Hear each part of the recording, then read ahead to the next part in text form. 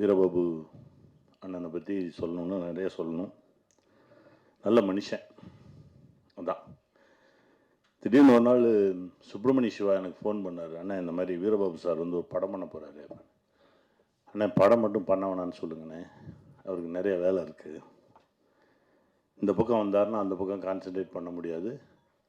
படம் பண்ண வேணான்னு சொல்லுங்கள், முடிஞ்சால் கொடுங்க, நான் பேசுகிறேன் அப்படின்னா. இல்லைண்ணே பண்ணி முடிச்சிட்டாரு அப்படின்னா. இப்போ ஒரே ஒரு நாள் நீங்கள் வந்து பண்ணால் நல்லாயிருக்கும் அப்படின்றத கேட்குறாரு அப்படின்னு. சரி பண்ணி முடிச்சிட்டாருன்னா ஒன்றும் பண்ண முடியாதா, வாங்க போகலாம். என்னென்னா இந்த மாதிரி சின்ன படங்கள் எடுத்து ரிலீஸ் பண்ணுறதுக்கு ரொம்ப கஷ்டப்பட வேண்டியதாக இருக்குது.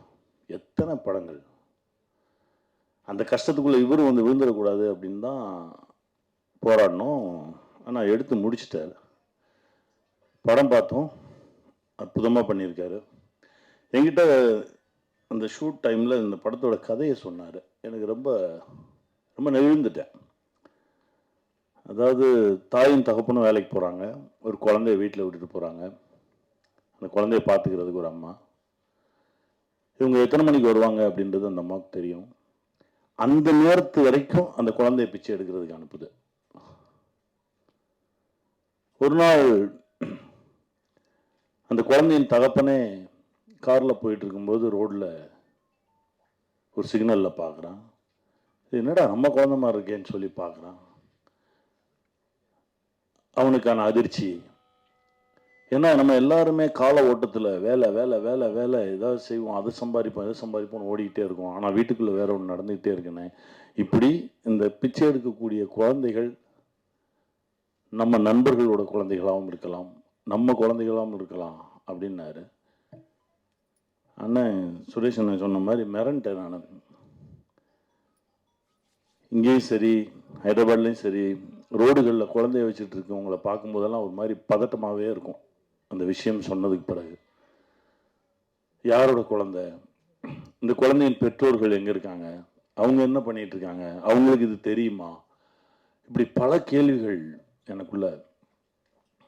ஒரு நல்ல விஷயத்தை இந்த சமூகத்துக்கு சொல்லணும்னு ஆசைப்பட்டு அவரே நடித்து அவரே இயக்கி அந்த முதல் படம் எடுக்க வரும்போது பல திருகல் வேலைகள்லாம் நடக்கும்ல. இதெல்லாம் தாண்டி மனுஷன் போராடி அவர் காசை கொஞ்சம் போட்டு, அவர் சம்பாதிச்ச காசை போட்டு, அப்புறம் வட்டிக்கு வாங்கி அதையும் போட்டு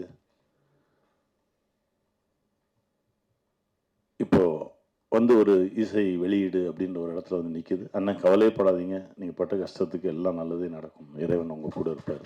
வாழ்த்துக்கள். ஏன் சொல்கிறேன் அப்படின்னா, எனக்கு இந்த ஒரு தெலுங்கு படத்தில் வந்து சுரங்கத்து மண்ணை அடிச்சிட்டாங்க.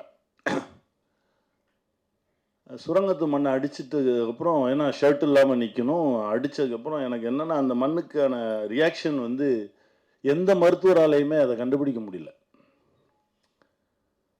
அந்த மண் என் மேலே அடித்ததுலேருந்தே எனக்கு வந்து பயங்கர ஸ்கின் அலர்ஜி. எந்த மருத்துவராலையும் நானும் எத்தனையோ மருத்துவர்களை சந்திக்கிறேன்.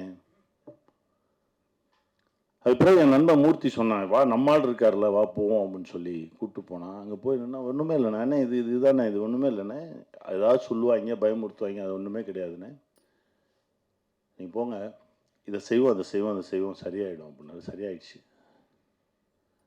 அவ்வளோ பெரிய வித்தக்காரர். இந்த கோவிட் டைமில் அவர் செஞ்ச சேவைக்கு வந்து அண்ணன் சொன்ன மாதிரி கடவுளே இறங்கி வந்து செஞ்ச மாதிரி தான் இருந்தது. அவ்வளோ செஞ்சுருக்காரு இந்த சமூகத்திற்கு. இந்த சமூகத்துக்கு இன்னும் நிறைய நல்ல விஷயங்கள் செய்யணும்னு நினைக்கிறாரு. அவர் செஞ்சதுக்கு இந்த சமூகம் அவருக்கு திருப்பி கொடுக்கணும். அதுதான் ரொம்ப நியாயமும் கூட. கண்டிப்பாக நல்லதே நடக்கும். நான் இறைவன்ட்ட வேண்டிக்கிறேன். நன்றி, வணக்கம்.